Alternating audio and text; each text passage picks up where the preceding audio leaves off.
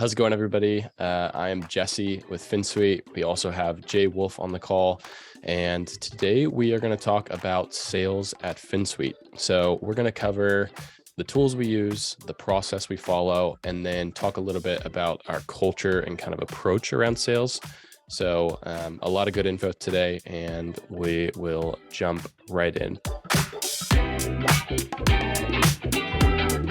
That's effing sweet. Before we get started with our tools, we want to do a few kind of like disclaimers and considerations to make as we're kind of walking through this content. One of those is that we like to keep things at Finsweet. We like to keep things, including our processes, as simple as possible. So even when we're thinking about sales, we're always trying to simplify and trying to remove any extra steps, whether it just doesn't make sense or it causes friction. We're always trying to remove that. So that's a consideration to make as we're starting to look at these things today. Another thing is that our process, the process you're going to see today, looks very different than it did for us a year ago.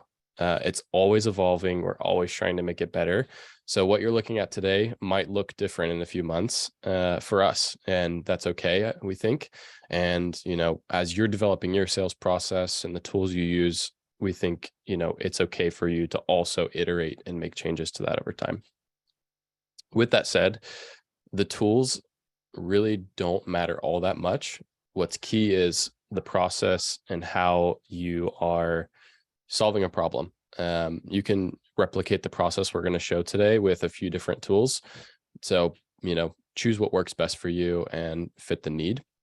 And then the last consideration, kind of disclaimer to make, is that this is not the perfect system. We don't claim to have the perfect system. We know it's not perfect. You'll see some holes in it today that we're going to point out for you. And also, you're probably not going to ever land on a perfect system because every client is different and every business is different. Every client's going to have different needs that they're going to come to you with. And you as a business owner, or you work at a business, your business has different needs than Finsweet does. So we know that these things are going to change. So cool. Let's jump right in. I'm going to go ahead and share my screen, and let's talk about the tools that we use here at Finsweet, specifically in our sales process. So obviously one of the tools that we use is Webflow. And really the big kind of component of this is it's our social proof, and it has our lead capture form on it. Simple inquiry form. You guys could go look at that online right now. And this is just where we collect those incoming leads. Another tool we use is Zapier. Specifically, the way we use it is to push our Webflow form submissions over to the tool that we use for sales, which is pipedrive. So pipedrive, we use that as our sales CRM. And we also do some task management. We'll kind of jump into that. And then we also use Calendly for call booking. For contracts, we use a tool called pandadoc. Like I said before, these tools are not the only tools that you could use in a sales process. There are tons of tools out there. Really, the big piece here is pipedrive for us. And we've used different tools in the past for our sales process. A couple of the things that we do like about pipedrive are email sync, for one. So we can actually sync our emails with leads and clients to the actual deals that are in pipedrive. So we don't have to go looking for it and then find it. It's all there and it's all synced. Another thing that we really like is workflow automations, which is fun. So basically, automating some of that stuff that is in a normal process that is just kind of time consuming. Pipedrive does have some automations around that. You've got task integration, and then you can, pretty standard, you can make notes against different deals and different leads.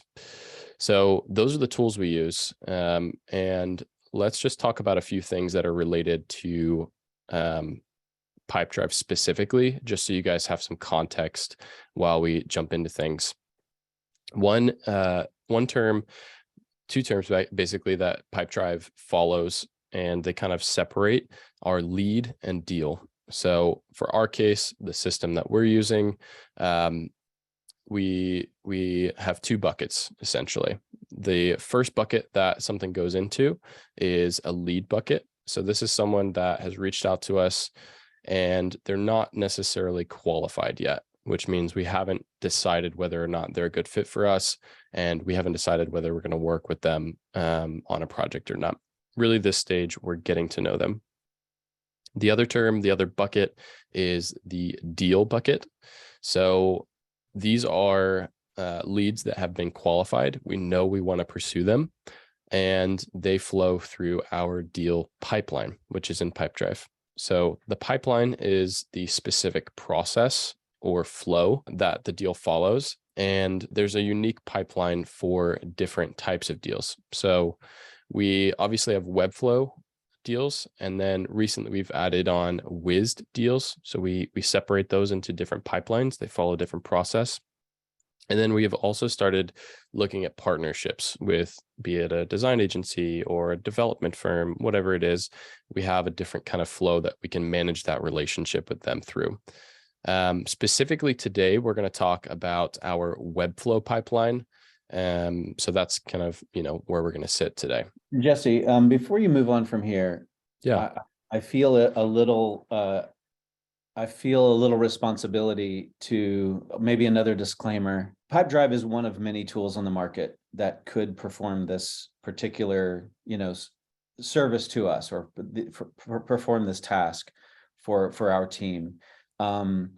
Leads are really, just your incoming bucket that you have to triage on a regular basis. And then deal is, the term deal comes from Pipedrive. It's their vocabulary. And I think a lot of people look for tools to solve their problems when, as you said before, I just want to reiterate, it's really the process that you set up.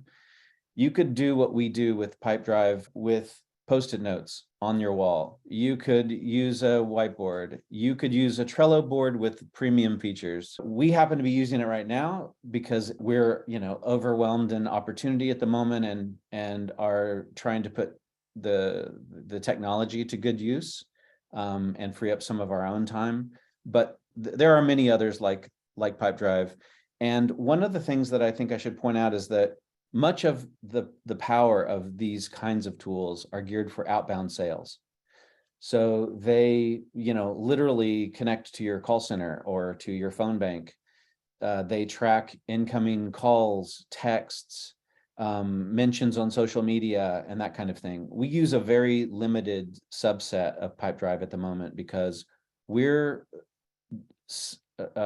strictly handling and dealing with inbound sales, inbound calls.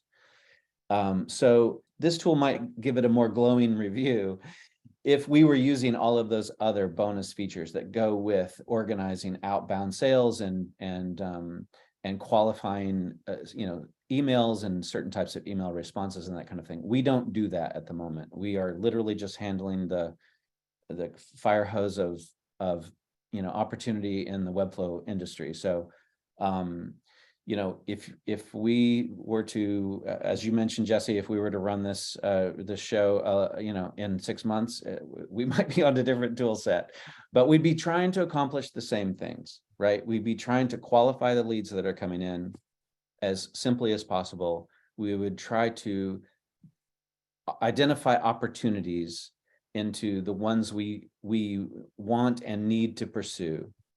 And then we'd want to move them in, basically get a signature and move them into project management as quickly as possible. And that's the objective. So for right now, Pipedrive is doing a great job at that.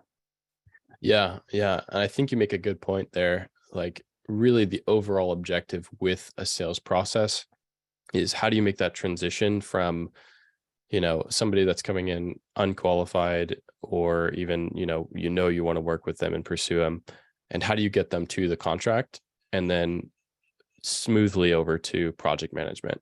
And then you kind of fill in the blanks, and that's what the process becomes. So that's a good point. And then I think your other point that you made, which is we're dealing with inbound, is a perfect segue into kind of the start of our process, which is, we obviously have the form on our website on finsweet.com, and that gets pushed into pipedrive as a lead. And then we have all of these other lead generation sources. So we don't have any paid marketing to my knowledge. Where do our leads come from then? So for us, it's a few places. One is education. So think Finsweet Plus, think our YouTube channel, Twitter, Instagram, etc. This is all educational content that's being put out. It leads to, one, value for all the people that are being educated and helped, but it also increases exposure for Finsweet in the market.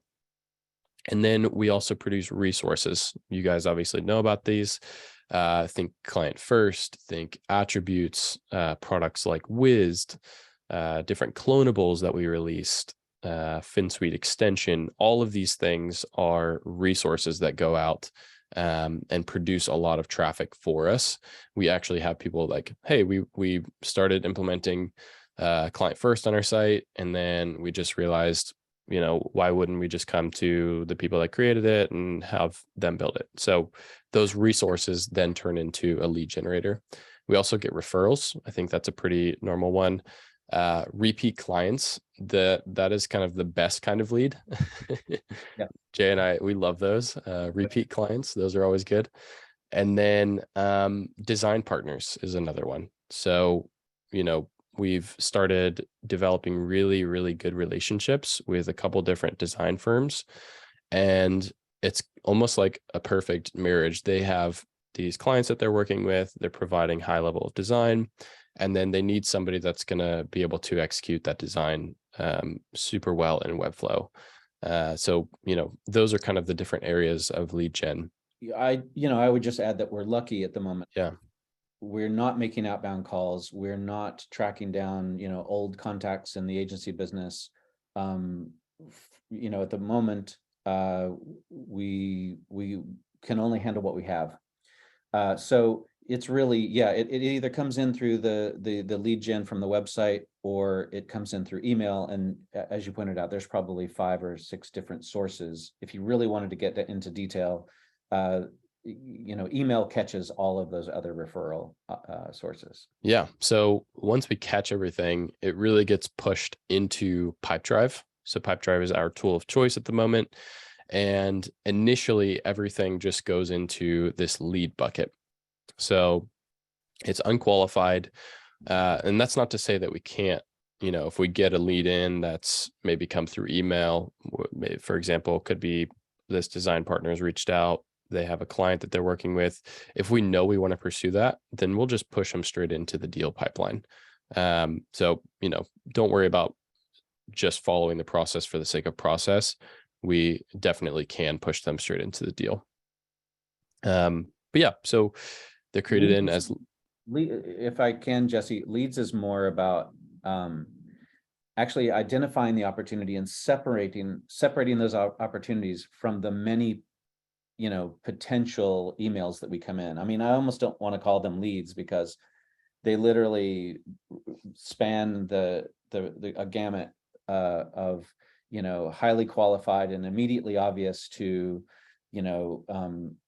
a series of complicated questions about building in Webflow, or do we work with other companies or other agencies in different ways, and those can be longer conversations. So at the time we realize there is a project that is a fit for us, that has the right kind of budget, that is appropriate for our agency, and has other reasonable terms associated with it, then we move it into move it in as a deal into the pipeline, and then really get to work.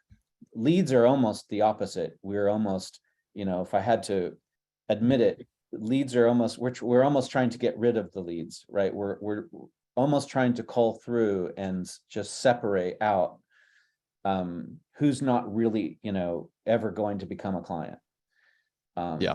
We want to, I say that with, I want to qualify that in saying we're always of service to everyone in our inbox. So we can be helpful even when we're saying no, or even when we say, I'm sorry, we're not a fit. We can be helpful, and we certainly try to be. So I know we Yep. do a lot of education at that point. We talk a lot about, Webflow and how to bid it, how to budget your own project, how to bring the right kind of budget to an agency, whether it's Finsweet or someone else. We really try to help people get over that hurdle, but only a small percentage really become projects. Yeah, I think that's exactly it. As Jay was saying, really the lead bucket is just for us to basically would collect and have a place for all of this incoming traffic, and then be able to go in and pick out and quote unquote qualify the projects that we want to pursue, that we think are a good fit for Finsweet, we're a good fit for their business, and then we pursue them. So that is kind of the next step. A couple notes on qualifying leads. In pipedrive, our leads are automatically obviously pushed into that lead bucket. And then if we know we want to work with them, pipedrive has a cool feature where you just click one click and it converts it to a deal. And then what's cool about pipedrive that we like is you get all of the email conversation that you've had in the past with them, any notes that you've created on the lead, any other budgetary details, design file, all of that kind of stuff associated. Anything you've gathered just gets pushed over into your deal pipeline and converted nicely there. So yeah, it just makes it really nice, a really nice step there. And then that brings you to the deal pipeline. Jay, you had a comment? What you're pointing out, Jesse, is the pipedrive integrated email. It goes out and sucks in however many months of past email that you have with all of those client contacts, and that's awesome. If they're listening right now, I really want them to develop that email client that's built inside of pipedrive out a little more. I want them to that needs to be an incredibly efficient workspace. We spend most of our time in email particularly in the beginning. So, and I do, all day, obviously, just as a part of our job. But, I'm addicted to, I have an email client called Superhuman, and it's so amazing and it helps you clear your inbox so incredibly well that it's hard for me to get into pipedrive, which is, really a CRM with a kind of an email feature. And so I just really want to push pipedrive to say that email, being able to move efficiently and elegantly through that inbox and using that inbox is really important. They need to put some more time into that. Yeah, definitely. Yeah. I'm still bouncing back and forth. I'm out using Superhuman to go through all of process all of my leads and have, carry on those conversations. And then I'm moving back into pipedrive, thankful that all of that client conversation has been captured. And not just for me, the other thing that's important is that the other thing that makes this tool valuable to us is that when I'm answering a client, you have access to all of my client email, right? You're looking through that client history and that's being shared with you, and your emails to those clients are being shared with me as well. And that's become increasingly important. So yeah. I think the really helpful piece is that that email history is collected on the specific dealer lead that you're looking at. So you're not trying to previously in the past, we've had it where, we'd be looking at somebody that's in our pipeline, and then I had to go, hey, Jay, did you email them? Where are they at? Blah, blah, blah. And then now it's like, oh, I can just see the email thread and it's there. I don't have to ping you in Slack. It's just a much smoother process. That's a big step. And that's a really valuable step. I think part of our philosophy at Finsweet in terms of tooling has always been, we'll try out different tools and figure out the features that we need to run our business successfully. And then if we have to, we can build something internally. If not, then we'll stitch together a couple of things and make it work. So let's jump into the deal pipeline here, and just kind of walk through maybe a little bit of this. So our current funnel is once that deal, that lead is converted to a deal, the first stage that it gets popped into is qualified. Pretty natural first step. And then the next step is discovery call booked. So what you'll kind of see is as we have put together our pipeline stages, we're trying to think about how can these stages tell us, what can the stages tell us about where the deal is, what's needed, etc. So some of these, we'll even point out there are gaps here where we definitely want to, close the gaps on certain things, but this is where we're at. And yeah, our approach is we've tried to make the stages tell us something about where the deal is. So it comes in as qualified, and then the next, natural step would be to book a call with that client. So, and this is a reversal from, for us. I think if to be revealing about Finsweet, we hardly ever talked to a client on the phone before.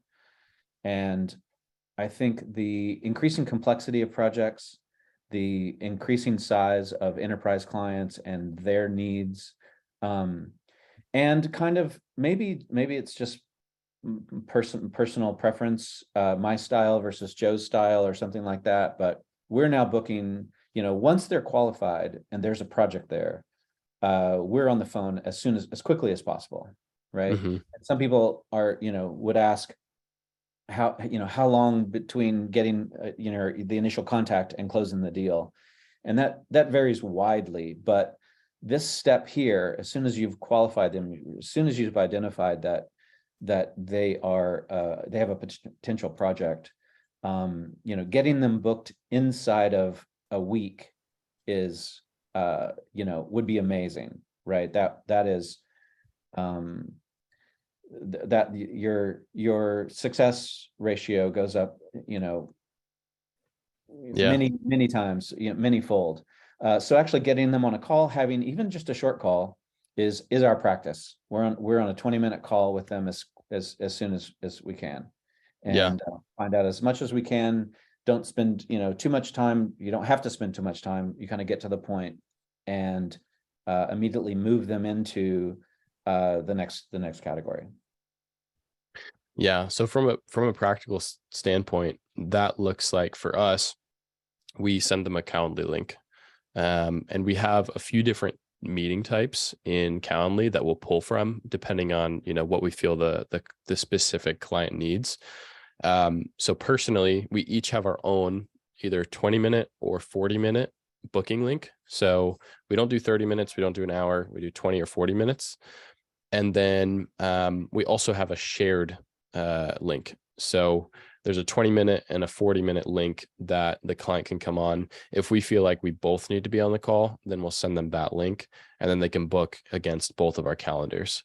So yeah, I think that's been super helpful, just implementing, those links, because it takes out so much of the scheduling process.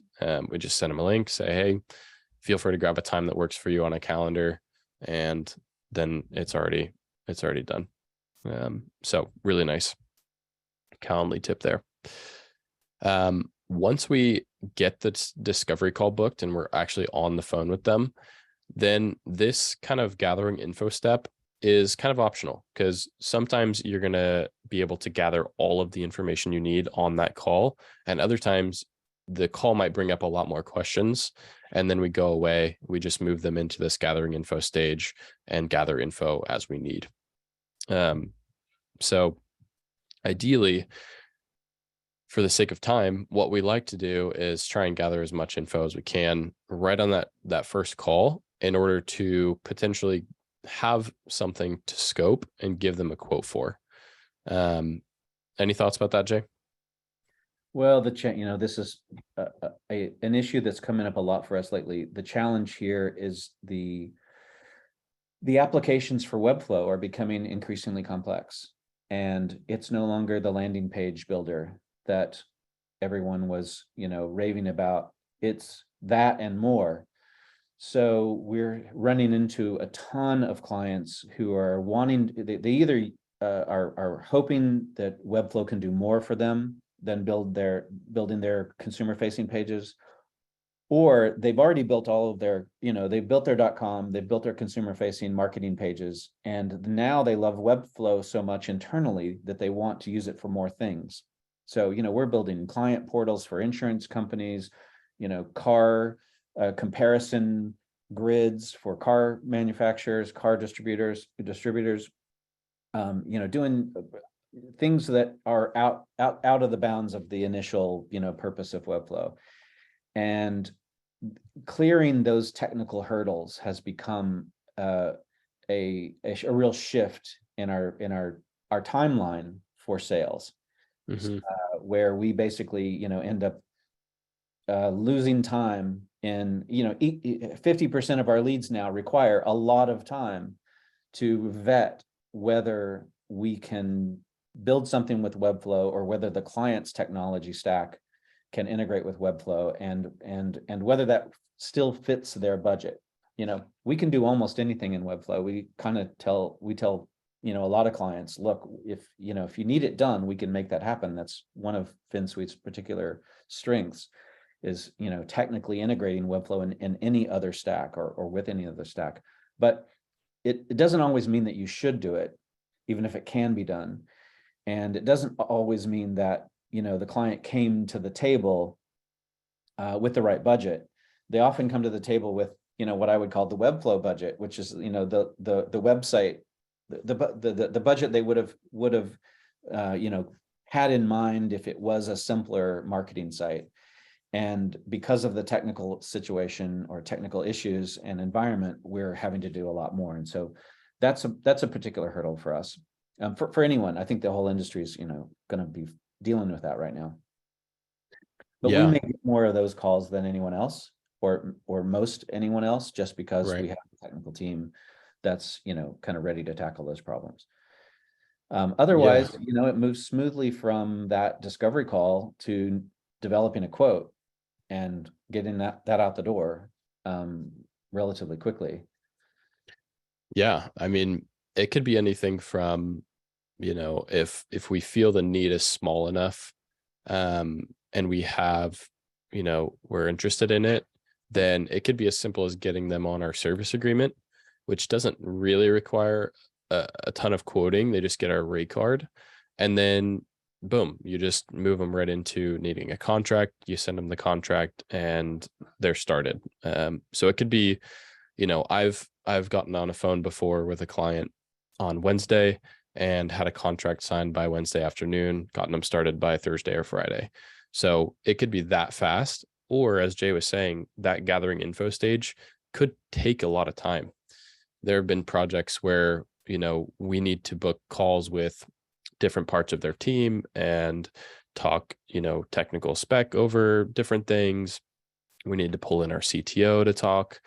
So, it really does vary. And I feel like that gathering info stage could definitely have its own kind of steps, or, maybe tags or something like that,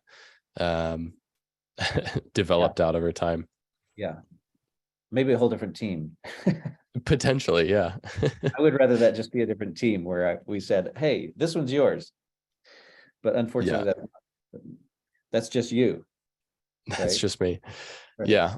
Yep. Yeah. I mean, so in terms of like, how do we handle gathering the information? Our goal is obviously always to be able to try and answer the questions with our own knowledge, being myself and Jay. But there are times when it's just too technically complex. Maybe it's something we don't understand. And so what we've done is developed a process with our internal technical team where we always have one person that we can reach out to and get those technical hurdles addressed. So that's kind of how we address that.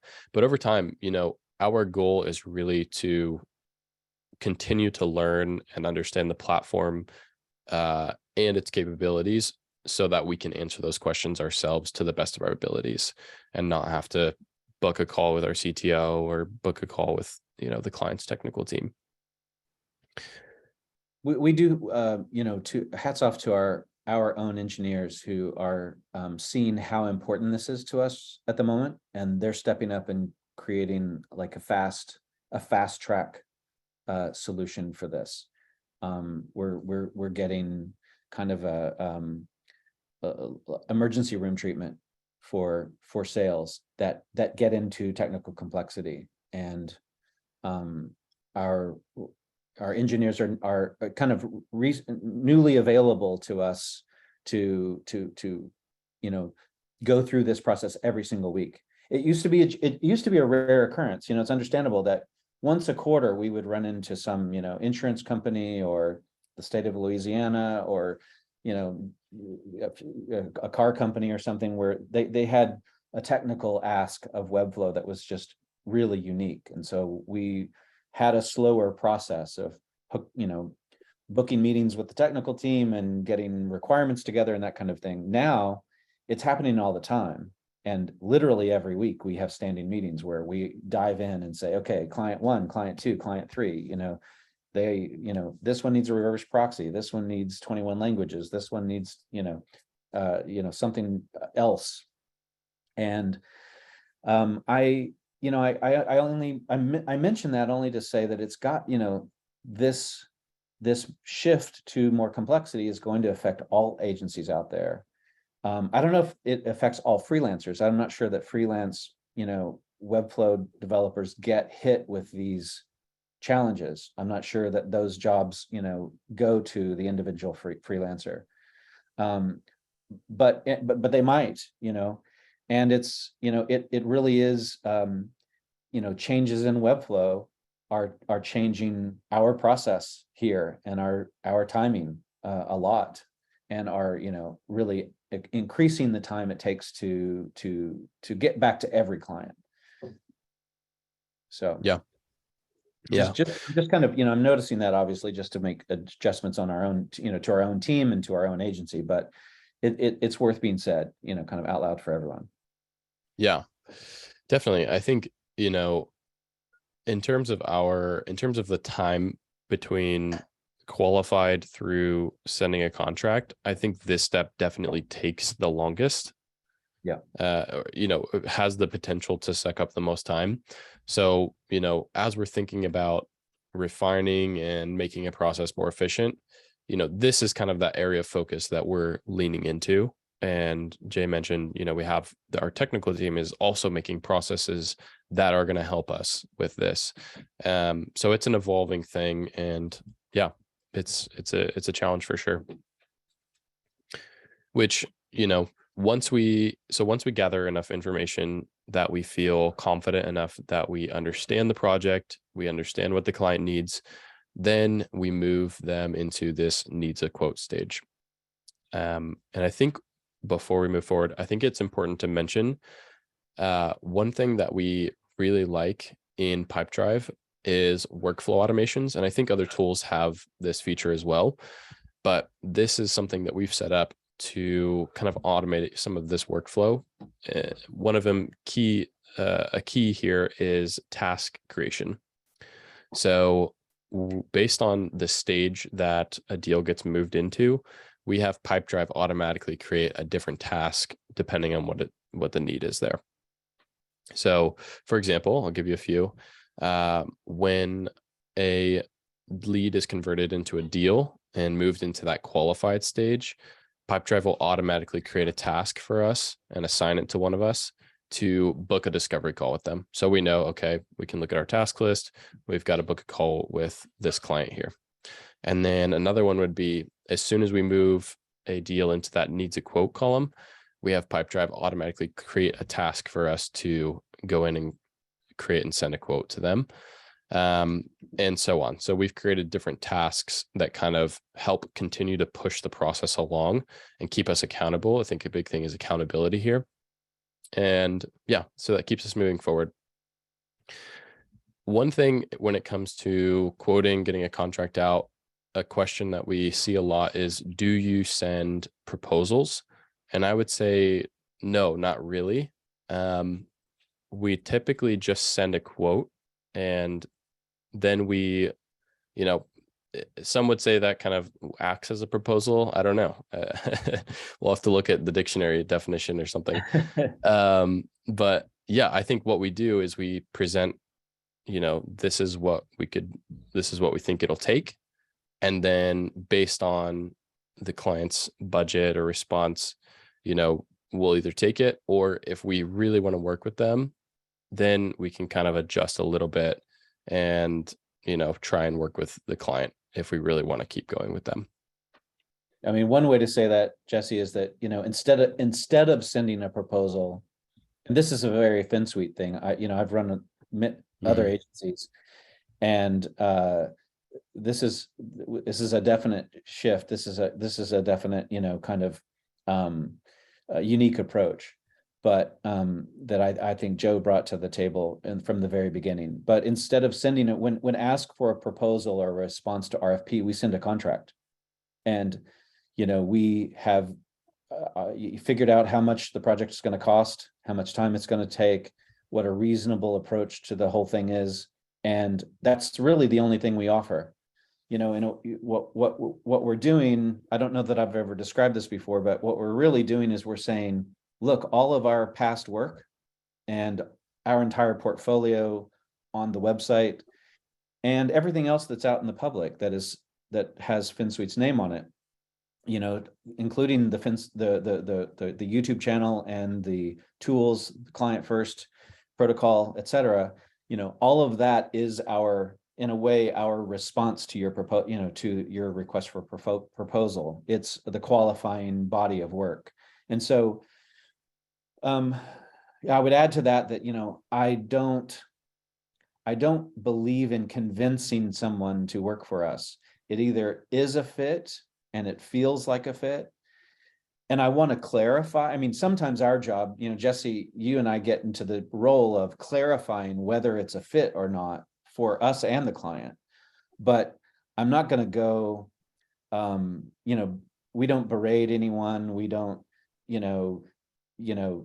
chase them down for their signature. They get a contract from us in response to having a qualified project.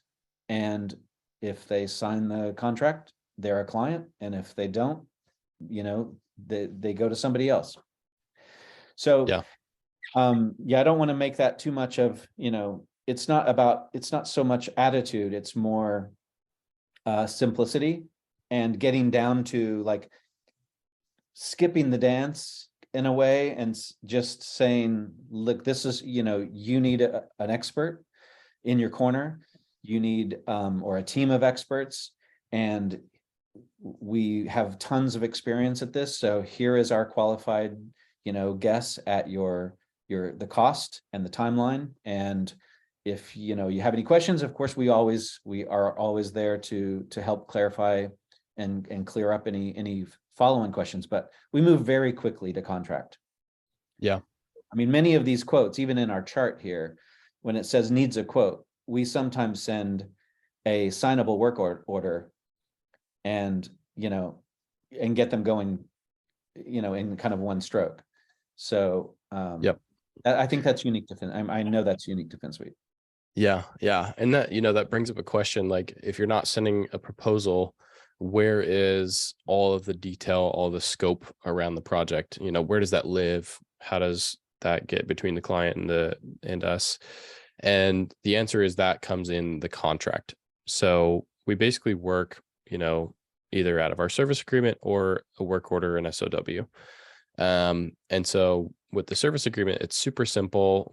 Maybe we'll give them, hey, we think it'll cost no more than X amount, and it'll take this much time. And then, that's a very open-ended kind of service agreement. So it is by nature more open-ended, less scoped out, less constricted. And then say we're looking at a work order, like Jay mentioned, typically we will give them, a fixed amount, and then that work order itself is going to outline the specific scope of the work that we've discussed with the client. And yes, we get that on those discovery calls. We get that while we're gathering information, whether it be on, additional calls or through email, and then that information is collected in that work of order or the SOW there. I think another good point is sometimes we do send ranges with our quotes for the sake of time, because it just gets, a lot of times with clients, maybe we're working with someone and they have to get clearance from their finance department and they want to do it like really fast. So we might take a initial look at their project and the designs that they have. They're probably still, 2 to 3 weeks out from finishing, but they're trying to decide a partner that they're going to work with on development. And what we'll do in those cases is we'll give them a range. We say it'll take, minimum this and up to, can't be more than this amount. And we'll give that range to the client as a quote. And then they'll come back and say, yep, that works. Or, hey, this is high, low, whatever. Yeah, they wouldn't say it was low, but this is high. We can't work with that. Blah, blah, blah. And we address that kind of as needed. So that's a bit of a qualifying, step as well. We all have to talk about money in this job, and we all have to be able to talk about money very confidently with clients without, offending anyone or or being judged, unnecessarily. So when ranges are helpful for you to put a fence around the potential costs and get to talking about costs quickly with clients, which is really important. But some of them are coming to us with, I think I kind of alluded to this earlier, with the idea that Webflow is simple and therefore cheap. And we kind of want to know if they're under a delusion about the budget that that they're expecting, and the project they're proposing. So if it's a complex project and they simply have they're really DIYers and are really out there hoping to do it themselves, learn a few things and do it themselves, we want to find that out quickly. So if you're needing to have the cost, the conversation about cost early, but you don't want to be pinned down too much, then yeah, Jesse, it's a great mention that we often send ranges out really quickly in an email and said, well, it could be, it's going to be, we know it's going to, based on experience, we know it's going to land between here and here.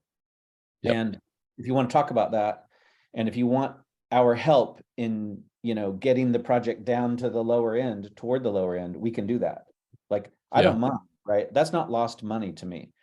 To me, that's taking a 5-week project and moving it down into a 3-week project, and which the client would love. And by the way, we would love it too, because if, we know we're going to be busy, those other 2 weeks are going to be sold to someone else. Yeah. And so we're not afraid of, letting go of the high end and being moved down to the low end. If that client, if that's what they need, we had one of these over this past weekend. They have half the budget that that their initial spec would require. So instead of saying, oh, we're not the right, agency for you, or you just don't have enough money, we, have gotten into a really helpful conversation about what can we do to solve your problem for your deadline. And we'll call that stage 1.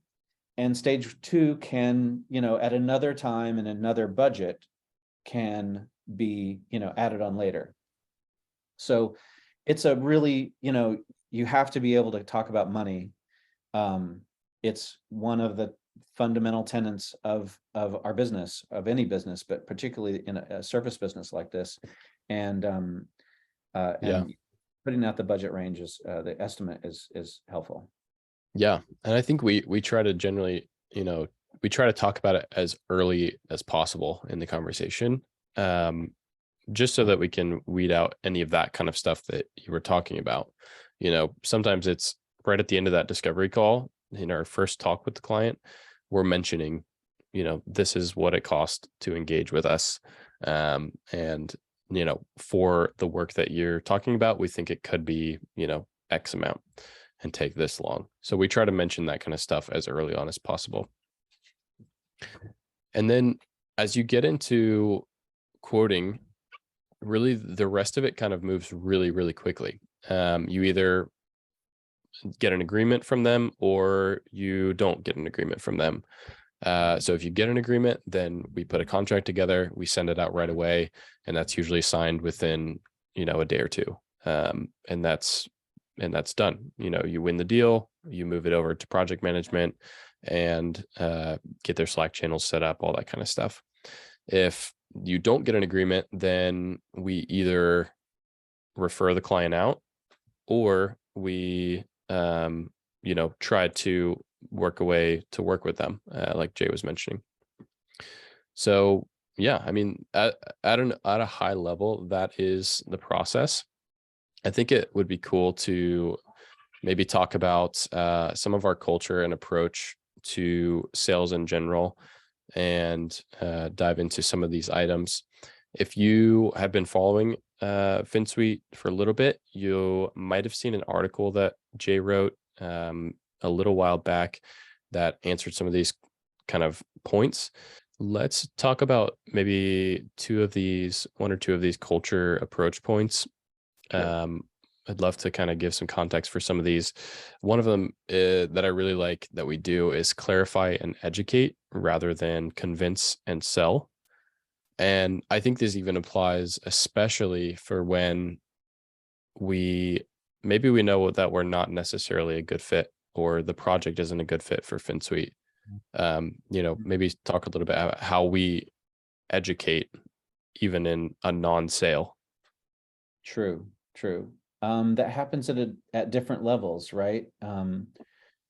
We're sometimes called into calls with Webflow, Webflow corporate, or Webflow enterprise, talking to some of the biggest corporations on the planet. And sometimes what they have in mind for Webflow is just not technically appropriate. So sometimes you're saying, we're glad that they're coming to Webflow, and we're glad they're coming to Finsweet. But we clarify why that project is not quite the fit. I wouldn't want to waste anyone's, even my own time. I wouldn't want to waste their time and mine being on a call without them leaving the call and understanding why this is not a project, or not a project for us, or maybe not a project. My point is, and maybe not even a project for Webflow. And we don't just say, no, sorry.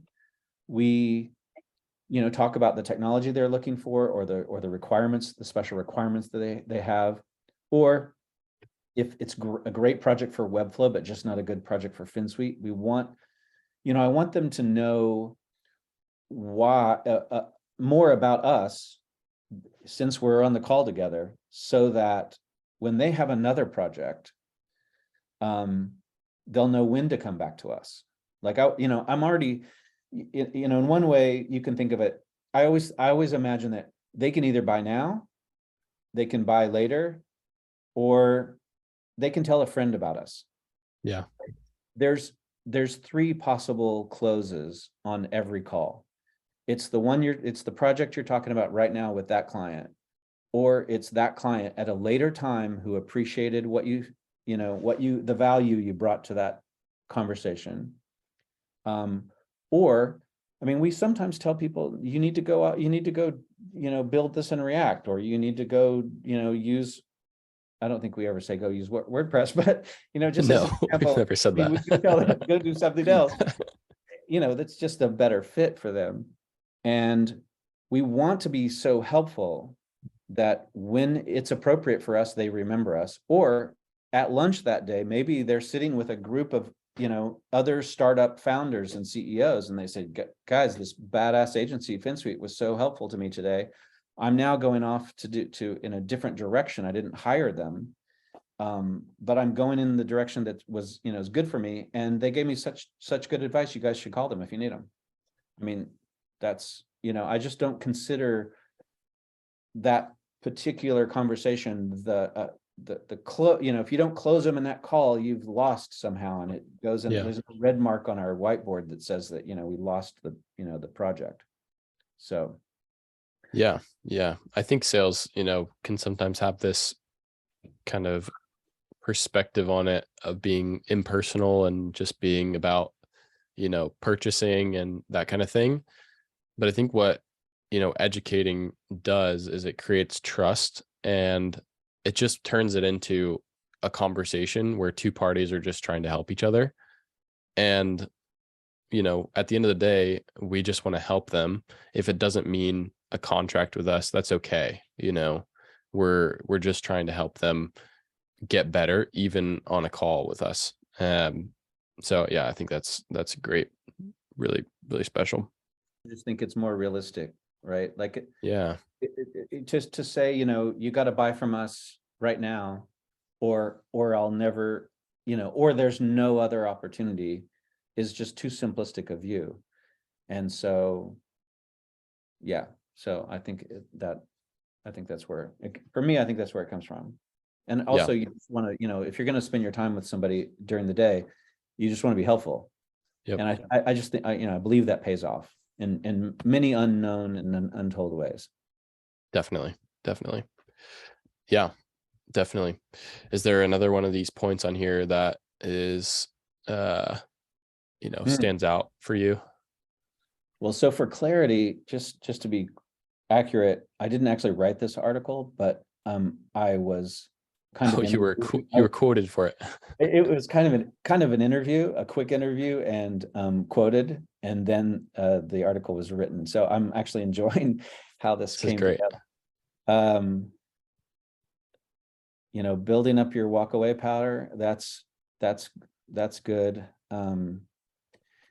Well, let's flip the two. In one of these is don't be afraid to deliver bad news. Mhm. And I would reinforce that here, because that's just a part of what we were just saying. It's honest, it's helpful, it's the clearest path. Bad news, if it needs to be delivered, is actually the thing that everyone needs to hear. Like, I'm sorry, we just don't have the capacity, or that can't be done in Webflow, or we could do, and we've said this many times, we could do that for you if you wanted, but we don't believe you should do it that way. We don't believe you should build a custom reverse proxy to connect to that API for that a particular reason. Like we sometimes just deliver, we're comfortable delivering the bad news because it's the most honest, clear path to the next conversation that you're going to have, which is, how should we do this, or who should we do this with? But a part of that is just a part of that confidence is also, your walkaway power. There's a lot to this. I think this got way oversimplified in this article, and in fact, because Yeah. I wouldn't talk about walkaway power as something like you do to, to bolster your position in the market or something, but it's really good for your business to walk away from a bad project where you're not going to make any money, or it's going to be a grueling process, and maybe even a bad client. I mean, there are simply bad clients out there, and we're walking away from one now. We've done 2 projects with a client, and I've now had 3 different developers ask not to work with them again. So you know what? We're not going to book their 3rd project. I'm going to deliver the bad news and say, for whatever reason,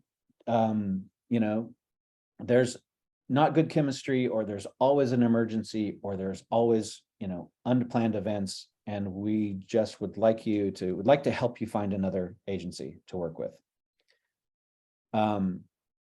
Sometimes that is, it's just good. You've got to be careful what projects you take, because you're going to get more of the same. And, you got to be careful of which brands you put in your portfolio, because those, others like them will call you. So if it's not a bad fit, don't do the project. If the person is miserable to work with, don't burden your team with, just because of, obviously we all have to pay our bills. But when you're in a growing market like we are in, when you, have the opportunity, more often than not, choose to walk away when it's good for you. In my past agency days, I had a major media company come in and, from the first phone call, just start talking, the condescending tone was, and the torture we were going to be put through in the project was already evident from the first call. And I decided that we would definitely not want to work with this person the way they were talking to us at the time, right? And so I basically listened to the project as it was described and their needs, and they had already decided on the budget and they had already decided on the timeline, and that they didn't know how the whole thing was going to fit. And I said, after listening to all of it, I said, I know exactly who you should call for this project. It's a great agency. They're based out of Austin. Here's their number. Here's their email. Here's the founder's name. Tell them I sent you. This is a great fit. And I sent them away. And they called the next day. I got another call from the same, it was actually MTV, the same brand, same producer, saying, yeah, I still want to know what you guys would do with this project. And I, again, because of the whole tone, it was basically, I have a budget, I have a terrible deadline, a crushing deadline. And the conversation was all about forcing us to get into action quickly and, without question. And of course we would want to work for MTV. So of course you're going to do this project. But she was literally trying to fit us into this hole where a big project would fit through a very small hole in time and budget, and had the same tone the second day. So I, somewhere, politely in the conversation, I said, I gave you the name yesterday of the agency in Austin, but I've just figured out someone else who would actually even be better. So here's the founder's name. Tell them I sent you. Here's the email address. Get a hold of them right away. They would be perfect for this project. And so it was only the third phone call when that same producer came back and started asking me questions, which was, what would it take to hire you? And I said, well, what do you mean? And she said, well, I've been trying to hire you. We want you to do this project. And I said, oh, well, that's very different than the approach, than what we've been talking about. And if you want us to do this project, then yes, the right questions are, what is the budget? What would the budget be? What would the deadline be? And those would fit the work we have spec'd out. And they have to fit the work we spec out, or we won't do the job. Like, we can't. So, having the ability to walk away doesn't always change people's personalities, or doesn't fix clients, but it has worked for me in the past in that way. And that can be very powerful. So you're changing the dynamic and your relationship with someone from the very beginning. And, we ended up doing 1.5 years worth of work for that client. And it was all very productive after that. But so that was an exception where walk away power was used as leverage, I would have to say. Wow. That's a cool story. I really like that. Well, cool. Thank you guys so much for joining today. I think this was hopefully a valuable talk for everybody. I definitely learned some insights from Jay, and we would love if you guys have any additional questions, drop them in the comments on YouTube and share it around once it's released. And tune in to anything else Finsweet. You can like and subscribe, and we'll see you guys on the next one.